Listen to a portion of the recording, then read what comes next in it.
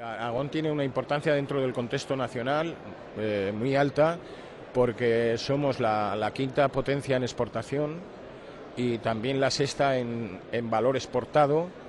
Y bueno, nosotros pues somos el sector frutícola aragonés, pues supone de facturación en torno a los 300 millones de euros, y de esos 300 millones 70 millones, entre 70 y 80 millones exportamos fuera. Desde el 2005 estamos viniendo todos los años porque no descubro nada cuando digo que la Free Logistic de Berlín es la feria de referencia y la de más importancia en el mundo de frutas y hortalizas, y por lo tanto el que no está aquí no existe.